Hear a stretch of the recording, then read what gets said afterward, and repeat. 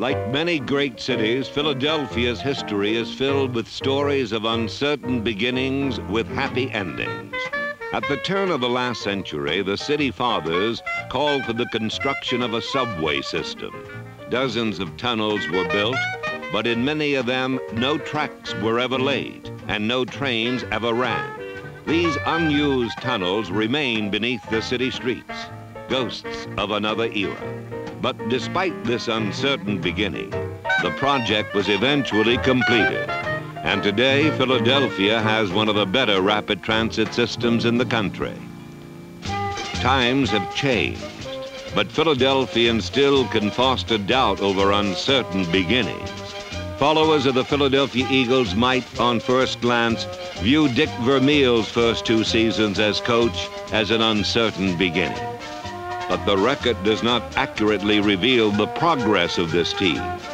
The squad was never embarrassed and never gave up, often playing its best against the toughest competition. This was significant for those who had endured previous seasons of frustration. We've been talking for the past 7 years I've been here for rebuilding, and the next year we're going to be better.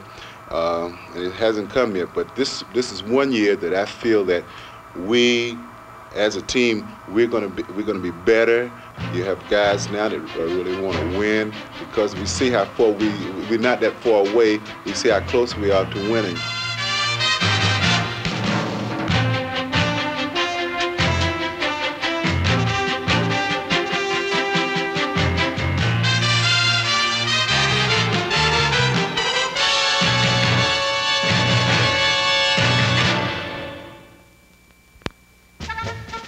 Opening Day 1977. Hope springs eternal at Veterans Stadium, fresh from preseason wins over teams like New England and Denver. Owner Leonard Toews and his Eagles are anxious to get started against opposing Tampa Bay.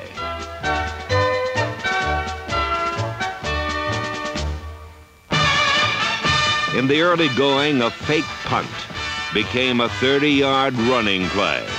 And after that, the Eagles were in command.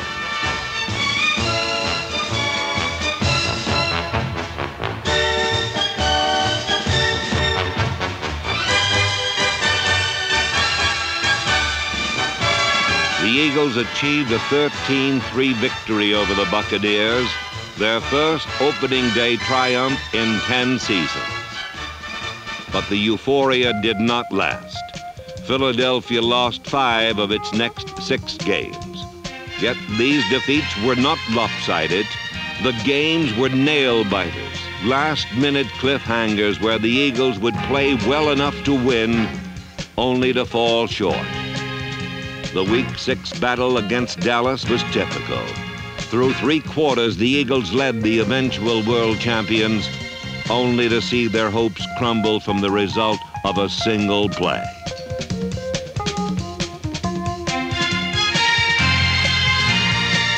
It was a bitter defeat. The Eagles could have folded up shop right there. They didn't. They just got tougher. Philadelphia was no longer anyone's patsy, and a major reason was its powerhouse defense.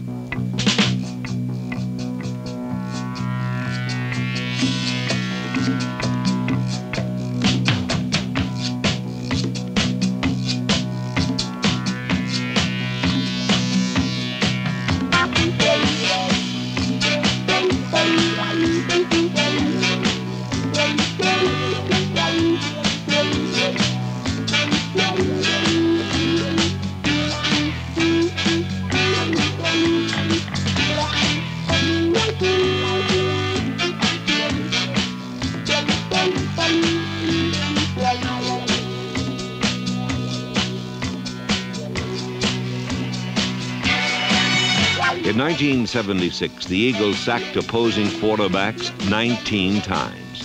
Last year, the total swelled to 47. In 1976, the Eagles intercepted 9 passes.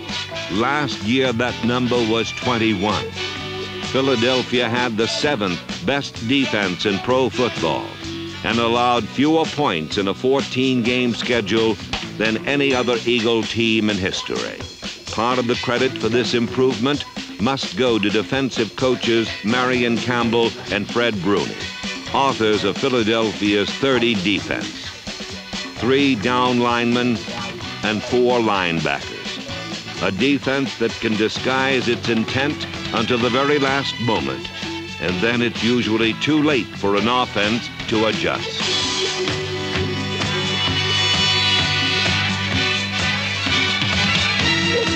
By blitzing a linebacker, the pass rush remains as potent as the conventional 4-3 alignment.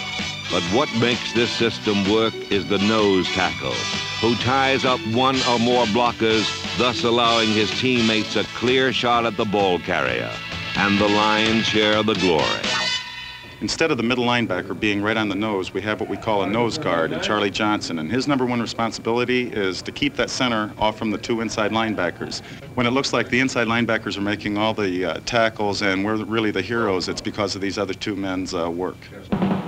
In Philadelphia, the nose tackle is number 65, Charlie Johnson, a 7th-round pick in last year's draft. In a conventional defense, Johnson's talents might be wasted. But the 30 defense is a defense Charlie Johnson was born to play.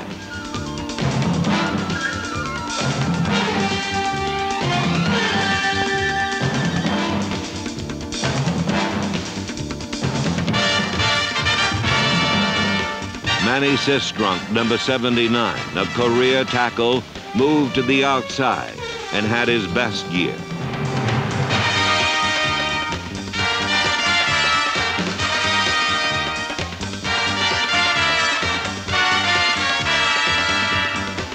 The most improved player on the roster was number 78, Carl Hairston, who finished 2nd in tackles, logged 10 sacks, and graded highest of all the linemen. The 30 defense is most successful with active linebackers. In Philadelphia, they are Mahalik, LeMaster, Bunting, and Ehlers, hustling hitters with 2 thoughts in mind. Find the man with the ball, then stop him cold.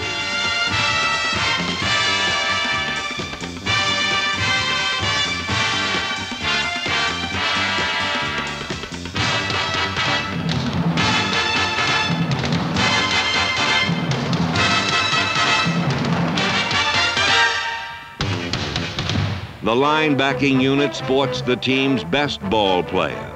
Defensive captain Bill Bergey was an All-Pro once more in 1977, leading the club in both tackles and inspiration. He is a complex individual, intelligent, yet physically strong, a man of many moves. But above all, he is the consummate professional. Despite playing in a new system that called for a change in style, the 1977 version of Bill Bergey was no different from any other year. He is, quite simply, the best in the business.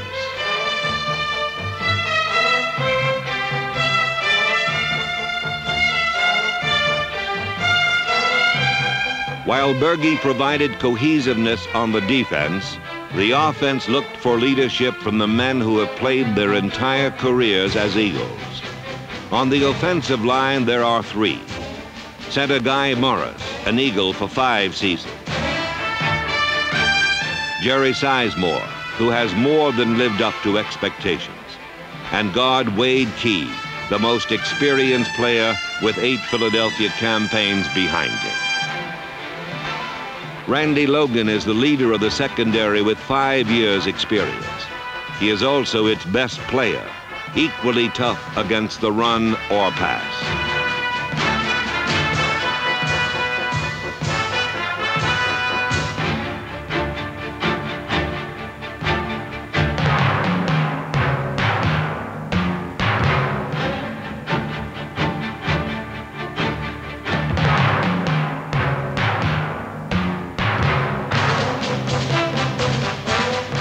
Runningback Tom Sullivan enters his 7th year with the Eagles, still regarded as a solid runner who can also catch the ball.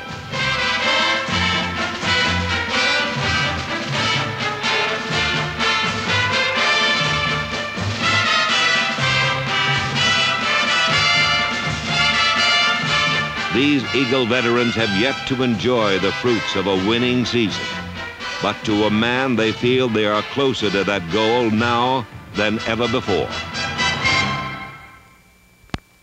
Now, first selection on the first round, the Tampa Bay Buccaneers. The best players go quickly in the early rounds of the college draft, yet without benefit of high picks. The Eagles have enjoyed remarkable success with late rounders and free agents.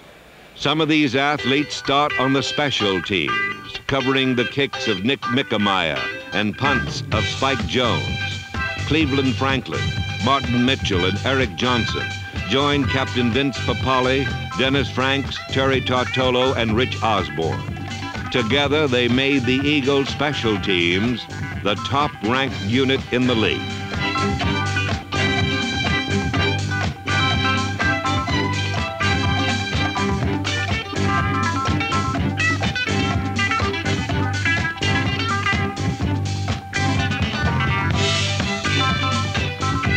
The bomb squatters were even better when the Eagles were on the receiving end, blocking for Larry Marshall, the NFC's best punt returner of 1977.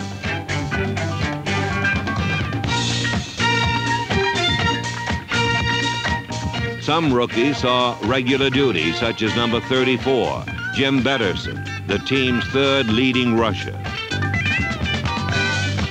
On passing downs, number 67, free agent Len Burnham was a defensive terror, notching 10 quarterback sacks.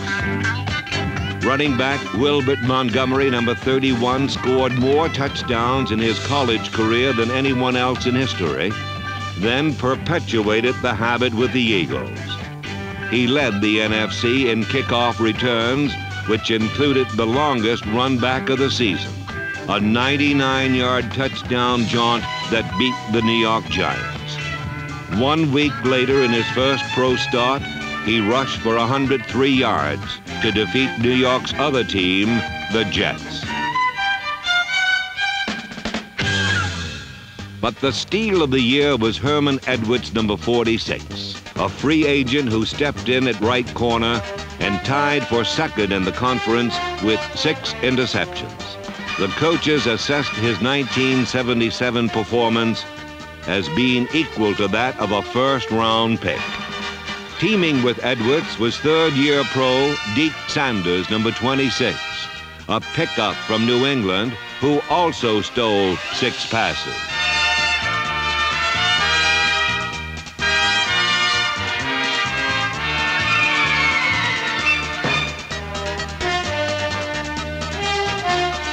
Another man who began his career in New England but has enjoyed success in Philadelphia is number 20, John Outlaw, whose experience was an asset to the Eagles secondary.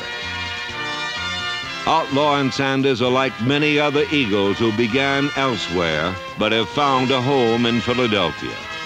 Certainly the most widely traveled is defensive tackle Pete Lassetich, the Eagles' resident entertainer. But right now I'm proud to be a Philadelphia Eagle. And I guess also I've been proud to be a San Diego Charger, proud to have been a Miami Dolphin. For one day, proud to have been a St. Louis Cardinal. And for another day, proud to have been an Oakland Raider. And for about half a season, I was proud to be a Calgary Stampeder, but I think probably proudest of all right now, proud to be a Philadelphia Eagle. What do you think? And so I'm not, I guess I've got nothing to really gain by all of this. I'm not trying to prove anything. I think I've earned my Letterman sweater, and, you know, we've traveled a little bit, but I think I can play a little bit more, and that's why I'm here. And not only, I think I can play several different positions all at once. How's that? Once more in 1977, Dick Vermeil relied heavily upon his assistants in implementing strategy. Coaches Clausen, Corey, Davis, Hyman, Putnam, Rowland, and newcomers Bill McPherson and John Ralston will continue to be assets in 1978. One player who benefited from their guidance was tight end Keith Krefli, number 84.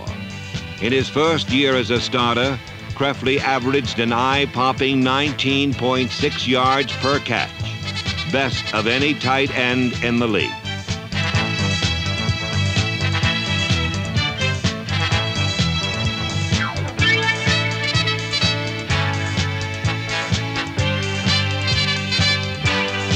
Charles Smith, number 85, finished second in team receiving, while hauling in 4 scoring passes.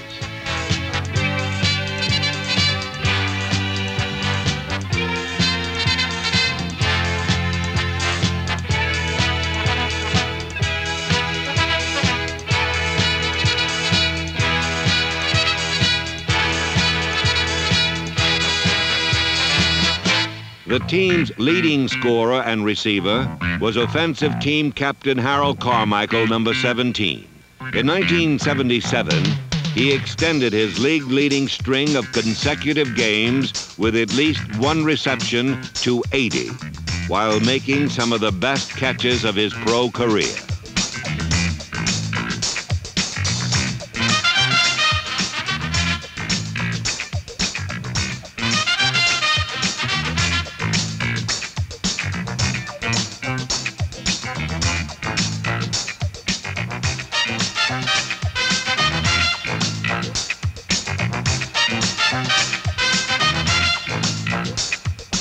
Injuries limited the full capabilities of number 35, Mike Hogan, yet despite various ailments, the sophomore runner still led the team in rushing for the 2nd straight season.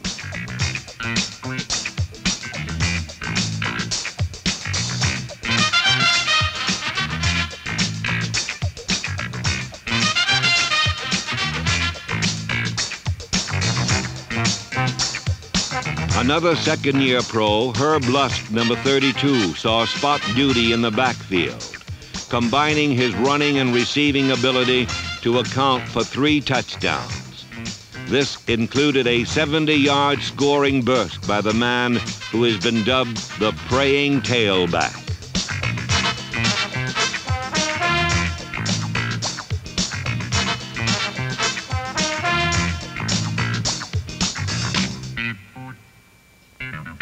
Lusk and Hogan credited the offensive line and its 2 tackles in particular for much of their success. Veteran Ed George contributed on one side, while fellow lineman Stan Walters worked the other. Cowboys All-Pro defensive end Harvey Martin called Walters the toughest man he faced all season. Here Walters ties Martin up long enough for quarterback Ron Jaworski to find Mike Hogan for a touchdown.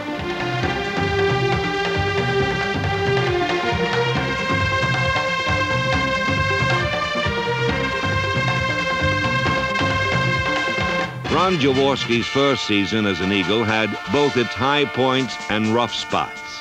Despite 3 years pro experience, Jaworski is still learning, but he proved to be a star pupil. After throwing 15 interceptions in the first half of the season, he had only 6 more the rest of the way. Jaworski gave the Eagles their most mobile quarterback in over a decade, scoring 5 touchdowns while gaining important yardage in key situations.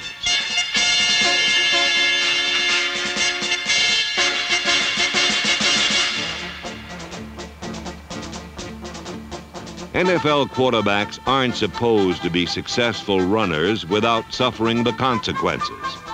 Jaworski was injured several times and played with a broken thumb on his throwing hand for most of the year. But despite these setbacks, he never missed a starting assignment and finished with 18 touchdown passes, best in the NFC.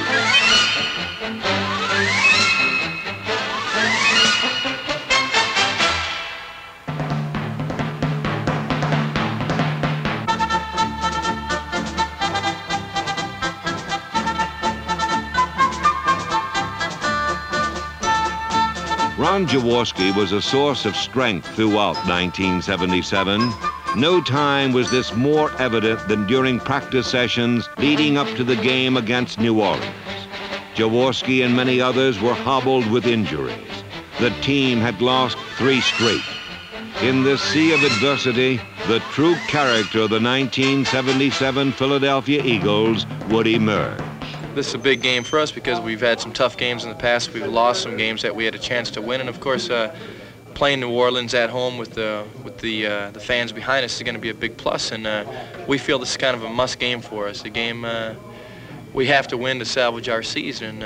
We feel we can do it. We feel we're a better team, and we're going to go out and do our best. We've got some bumps and bruises, and some guys not completely healthy, but that's football, and you have to kind of go out there and do the best you can with what you have under any conditions, and hopefully we'll get it done against the Saints.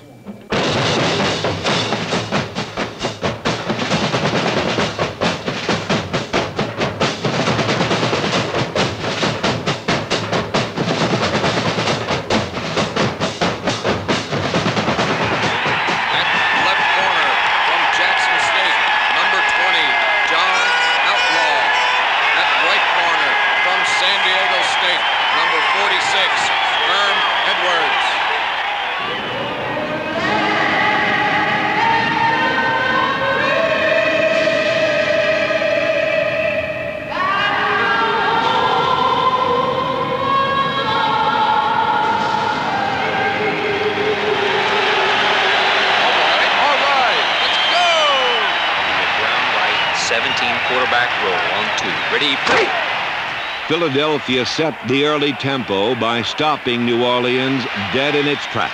Ready, set, set, set.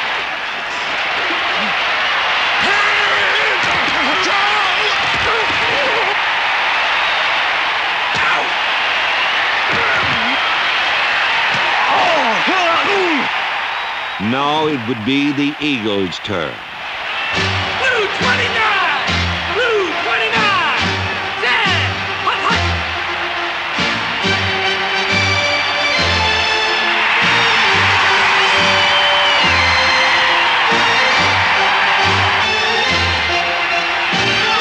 He's there! He's open!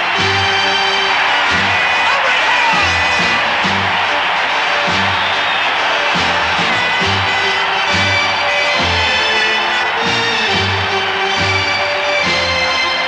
Final score, Philadelphia 28, New Orleans 7.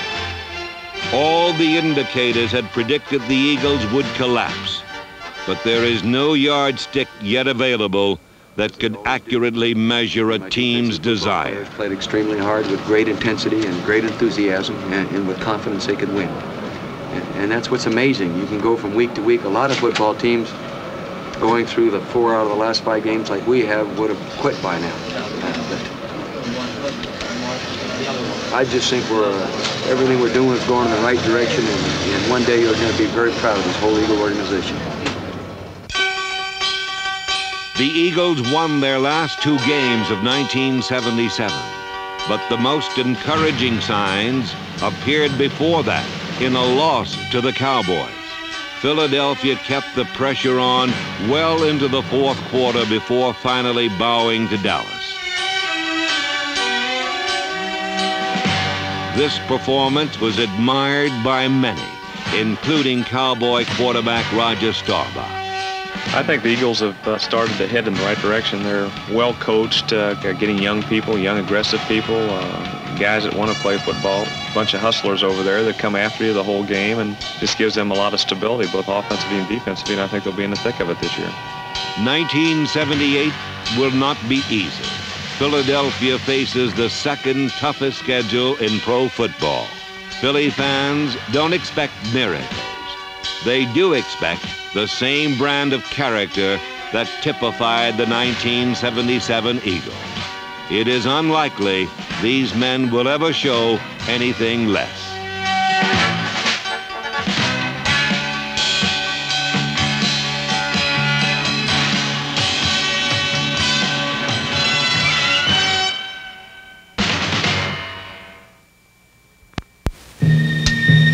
The date, October 30th, 1977.